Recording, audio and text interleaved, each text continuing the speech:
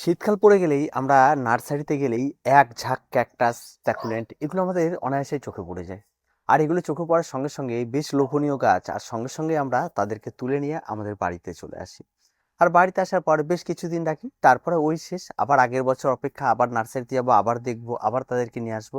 এই করে করে বছর বছর এই ক্যাকটাস এবং স্যাকুলেন্ট ছাদ বাগানে নিয়ে আসা আর এগুলোকে নষ্ট করে ফেলা, এগুলো বর্তমানে দেখা যাচ্ছে অনেকটাই বেড়ে গেছে। তারপরে আস্তে আস্তে এই সমস্ত গাছের প্রতি অনীহা তৈরি হয়। তো আজকে আমি মূলত ক্যাকটাস এবং স্যাকুলেন্টের সমস্ত ডিটেলস আজকে আপনাদের ভিডিওটিতে জানাবো, যে এই সমস্ত গাছগুলো নিয়ে আসার পর কীভাবে মাটির মিশ্রণ তৈরি করবেন, কিভাবে এই সমস্ত গাছগুলিকে রাখবেন, তার কি আপনার পরিচর্যার প্রয়োজন রয়েছে, তার সমস্ত কিছু নিয়ে। যদিও আমার এখানে ক্যাকটাস এবং স্যাকুলেন্ট দীর্ঘদিন ধরে রয়েছে, এবং যে সমস্ত গাছগুলো আমার এখানে রয়েছে সেগুলো আমি নতুন করে আর ক্রয় করি না, এগুলি থেকে চারাও তৈরি করে নিই। এবং কিভাবে তার সমস্ত কিছুর ডিটেলস তা আজকে এই ভিডিওটা আমাদের থাকছে। সবার প্রথমে চলে আসি চারা। যখনই আপনি ক্যাকটাস, স্যাকুলেন্ট বা ঠান্ডা বলে পাহাড়ে ঘুরতে যাওয়া এরকম গেলেই দেখবেন ক্যাকটাস এবং স্যাকুলেন্টের চারা পাবেন। প্রচুর ভ্যারাইটির ক্যাকটাস এবং স্যাকুলেন্টের পাওয়া যায়, এবং আপনি যেটা পছন্দ আপনি ক্রয় করে নিয়ে সমতলে চলে আসতে পারেন, বা সমতলে প্রচুর নার্সারিতে আপনি এটা পেয়ে যাবেন। এটা ক্রয় করাটা আপনার সমস্তটা আপনার পছন্দ মতো। তবে এর দাম কিন্তু একদম 100 টাকাতে শুরু করে 1000 টাকা পর্যন্ত, এবং তার উপরে গেলেও পেয়ে যাবেন। প্রচুর ভ্যারাইটির উপরে এর দাম হয়ে থাকে। কিন্তু সাধারণত দেখা যায় নর্মাল যে সমস্ত ভ্যারাইটিগুলো রয়েছে মোটামুটিভাবে 150, 150, 500-র মধ্যেই থাকে, সে সমস্ত গাছগুলি সাধারণত আমাদের সমতলে পাওয়া যায়। আর এবার এই গাছটি যখনই ক্রয় করবেন তখনই আপনাকে সবসময় সুস্বাস্থ্যবান একদম সঠিক চারা দেখে আপনাকে ক্রয় করতে হবে। আর এই চারাগুলি সাধারণত থাকবে দেখুন পাতা পচার মিডিয়াতে। তো সেখান থেকে আপনার ক্রয় করা হয়ে গেল। ক্রয় করার পরে যখন আপনি আপনার বাড়িতে নিয়ে আসবেন তখন আপনার বাড়ির পরিবেশটাকে আপনাকে ভালো করে ফলো করতে হবে।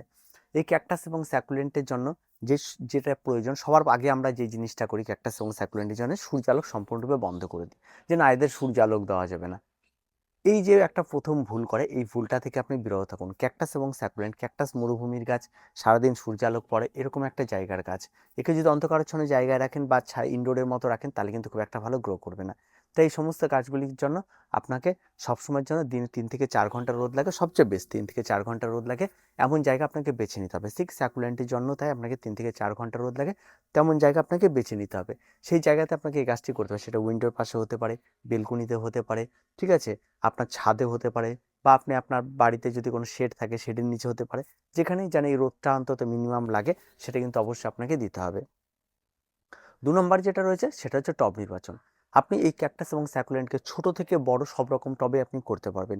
তবে অতিরিক্ত বড় মাপের টব আপনি ব্যবহার করবেন না, ক্যাকটাসের সাইজ অনুযায়ী টব আপনারা নেওয়ার চেষ্টা করবেন।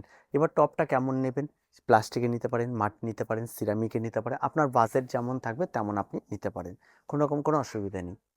এবার পরবর্তীতে আসি মাটির মিশ্রণ। হ্যাঁ, ক্যাকটাস এবং স্যাকুলেন্টের জন্য যে মাটির মিশ্রণটার প্রয়োজন সেটা সম্পূর্ণটা ওয়েলডনেস হতে হবে, একদম সম্পূর্ণ মাটিটা যেন আপনার জল ছাড়া থাকে। ক্যাকটাস এবং স্যাকুলেন্টের ক্ষেত্রে আপনি ঘেঁস মিডিয়াতে করতে পারবেন, কোনো অসুবিধা নেই। আবার আপনি মাটির মিডিয়াতেও করতে পারবেন। মাটির মিডিয়া বলতে এখানে মাটি কোনো রকমভাবে ব্যবহার করা হয় না, এখানে ব্যবহার করা হয় বালি আর পাতা পচা। পাতা পচার পরিমাণটা আপনি বাড়িয়ে দেবেন, যে 70% পাতা পচা আর 30% বালি, এই দিয়ে একটা মিশ্রণ তৈরি করে আপনি এই গাছটিকে লাগাতে পারেন। অত্যন্ত সুন্দর গাছের রেজাল্ট হবে এবং সবচেয়ে বেস্ট হবে এই মিডিয়াতে গাছ।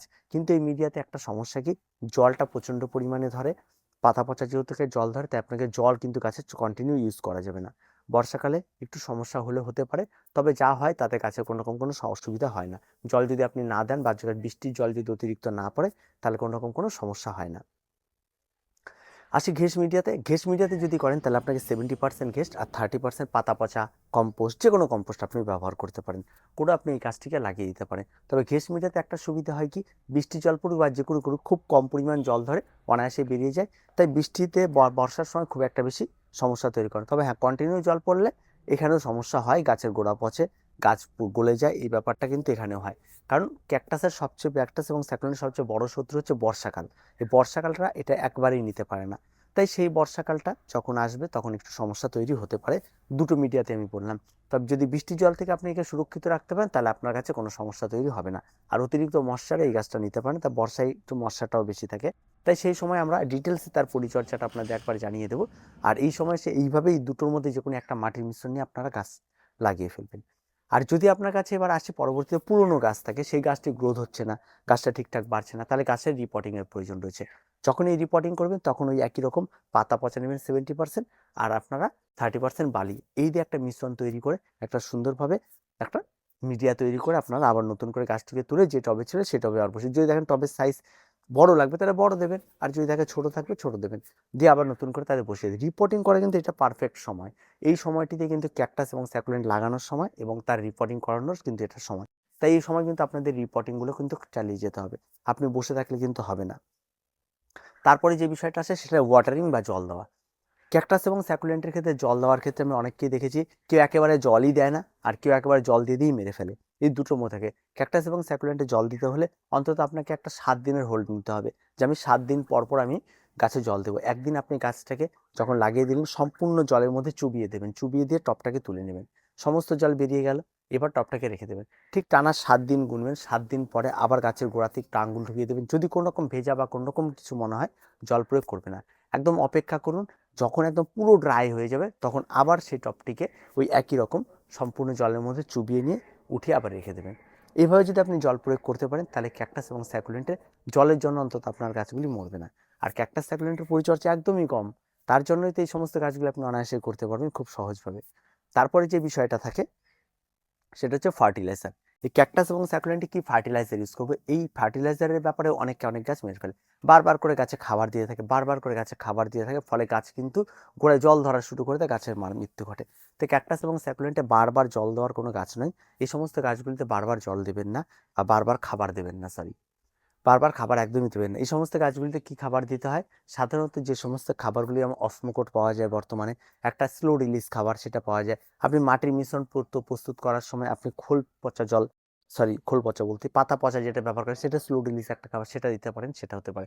আর যদি আপনি অ্যাভেলেবেল থাকে আপনার কাছে এনপিকে, ঠিক আছে, যেটা 20-20-20 লিকুইড সয়েলেবল, সেটা আপনি প্রতি মাসে একবার করে 1 লিটার জলে 2 গ্রাম গুলে নিয়ে গাছে স্প্রে করতে, এটা যদি আপনি নিয়মিত করতে পারেন তাহলে গাছের গ্রোথ অত্যন্ত ভালো থাকবে, গাছের শেপ অনেক ভালো থাকবে, এবং গাছের যে একটা তরতাজা ব্যাপারটা সেটা আপনি দেখলেই বুঝতে পারবেন যে বেশ ভালো থাকবে, কালারগুলো ভালো থাকবে, এটা থাকবে। এটা আপনি মাসে একবার করে ব্যবহার করলেন। আর ড্রাই খাবার হিসাবে আপনি এখানে এনপিকে যে কোনো 15-15-15 যেমন সুফলা রয়েছে সেটা আপনি মাসে একবার ব্যবহার করতে পারেন, যে এটা স্প্রেটা একবার করলাম আর একবার ড্রাই খাবার গাছের গোড়ায় 2-4টে দানা আপনি দিয়ে দিতে পারেন, তাতে কোনো রকম কোনো অসুবিধা হবে না, গাছ যথেষ্ট ভালো থাকবে। আর অতিরিক্ত পরিচর্যা, এই খাবার ক্যাকটাস সাকুলেন্টের যেন সেরা খাবার, ম্যাজিক খাবার, এই খাবার, এগুলো কিন্তু আপনার গাছকে নষ্ট করবে। ক্যাকটাস সাকুলেন্টকে যদি আপনি 1 বছর খাবার নাও দেন তাও গাছ বেঁচে থাকবে, কিন্তু খাবার দিলেই গাছ নষ্ট হয়, তার কারণ বাড়তি খাবার এরা নিতে পারে না। এই হচ্ছে এই সমস্ত গাছের পরিচর্যা আর মেন বিষয়। এবার আছে আমরা যেটা, সেটা হচ্ছে চারা তৈরি। এই সমস্ত গাছগুলির জন্য চারা তৈরি করার জন্য কোনো ডাল কাটা বা কোনো কিছুর জন্য অপেক্ষা করুন। যে কোনো জায়গায় বেশ কিছু ভ্যারাইটি রয়েছে যেগুলির চারা খুব কম পরিমাণে বের হয়, বেশ কিছু গাছ রয়েছে যেগুলির ডাল বের হয় অনায়াসে কেটে বসিয়ে দিলেই হয়ে যায়। এরকম প্রচুর ভ্যারাইটির প্রচুর রকমভাবে চারা তৈরি হয়। তো যেটাই চারা তৈরি করুন, বালি বা একটু যে কোনো কিছু নিয়ে তার মধ্যে একটু বসিয়ে রাখলেই হয়ে যায়। চারা তৈরি করা যে কোনো কিছুর জন্য ধৈর্য ধরতে হয়। ক্যাকটাস সাকুলেন্টের সবচেয়ে বড় সমস্যা যেটা দেখা যায় সেটা হচ্ছে এদের গ্রোথটা একদম কম, এরা কিন্তু স্লো গ্রোথের ফাস্ট গ্রোথ নয়, তাই এদের গ্রোথটা আপনি একদিনে বুঝতে পারবেন না, বছর বছর আপনি টেস্ট করলে গাছের গ্রোথ বুঝতে পারবেন। তাই ধরেই নেবেন যে আপনি এটা স্লো গ্রোথের গাছ, ধীরে ধীরে বাড়বে, আর হুড়পাড় করলে কিন্তু গাছ নষ্ট হবে। তারপরে যেটা আসে সেটা হচ্ছে রোগ পোকামাকড়। দেখুন ক্যাকটাসে সাধারণত বাইরে থেকে পেস্টের আক্রমণ তেমন ঘটে না, তবে গাছে যেটা হয় গোড়ায় জল জমলে ভেতর দিয়ে পচন ধরে, এটা একটা সমস্যা তৈরি হয়। আর তার জন্য তেমন কোনো রকম অ্যান্টিফাঙ্গাল পেস্টিসাইড এই সমস্ত কোনো কিছুরই প্রয়োজন পড়ে না ক্যাকটাস, কারণ ক্যাকটাস নিজের কাটা দিয়ে নিজেকে সেভ করে রাখতে পারে, খুব সুন্দর একটা জিনিস। ক্যাকটাসের এই জন্য পরিচর্যা কম, ক্যাকটাস এই জন্য খরচা কম, পেস্টিসাইড এবং অ্যান্টিফাঙ্গাল কিনতে গেলে প্রচুর দাম, আর এই দিক থেকে এদের একদমই কম, তাই অনায়াসে এইগুলি করতে পারবেন আপনারা। বর্ষাকালে মাঝে মধ্যে একটু পচন ধরতে পারে, সেই সময় যদি আপনারা একটু অ্যান্টিফাঙ্গাল ব্যবহার করতে পারেন তবে হয়, তাছাড়া পোকার আক্রমণ খুব একটা বেশি ঘটে না। তো এই সমস্ত টিপসগুলো যদি আপনি মানতে পারেন, আর আমরা সাধারণত যেটা দেখালাম সেটা রিপোর্টিংটা এই সময় আবার আপনারা করতেও পারেন, কোনো রকম কোনো অসুবিধা নেই। আমি যেমন রিপোর্টিং করতে প্রত্যেকটা গাছকে আলাদা আলাদা করে ফেলছি, তো এইভাবে আপনারা রিপোর্টিং করতে পারেন অনায়াসেই। তো এই সময়টাকে কাজে লাগিয়ে ফেলুন। ইনডোরের গাছ মানে এই সমস্ত গাছগুলি থাকবে, আর ক্যাকটাস মানে অশুভ, এই সমস্ত ভ্রান্ত ধারণা থেকে বেরিয়ে আসুন। গাছ কখনো অশুভ হয় না, একটা গাছ আপনাকে বাঁচিয়ে রাখছে, অক্সিজেন দিচ্ছে, সমস্ত কিছু দিচ্ছে, তাকে অশুভ বানিয়ে দিয়েছে। তো এই সমস্ত কোনো কিছুই নেই। প্রচুর নার্সারি রয়েছে, প্রচুর জায়গা রয়েছে, এখন ক্যাকটাস সাকুলেন্ট তৈরি করা হচ্ছে। তো এটাকে প্রচুর জায়গায় এদেরকে শুভ মানা হয়, ঘরে রাখা হয়। তো এগুলি আপনিও করতে পারবেন। তো দেখা হচ্ছে পরবর্তী ভিডিওতে। প্রত্যেকে ভালো থাকবেন, প্রত্যেকে সুস্থ থাকবেন, আর চ্যানেলটিকে অবশ্যই সাবস্ক্রাইব করে রাখবেন।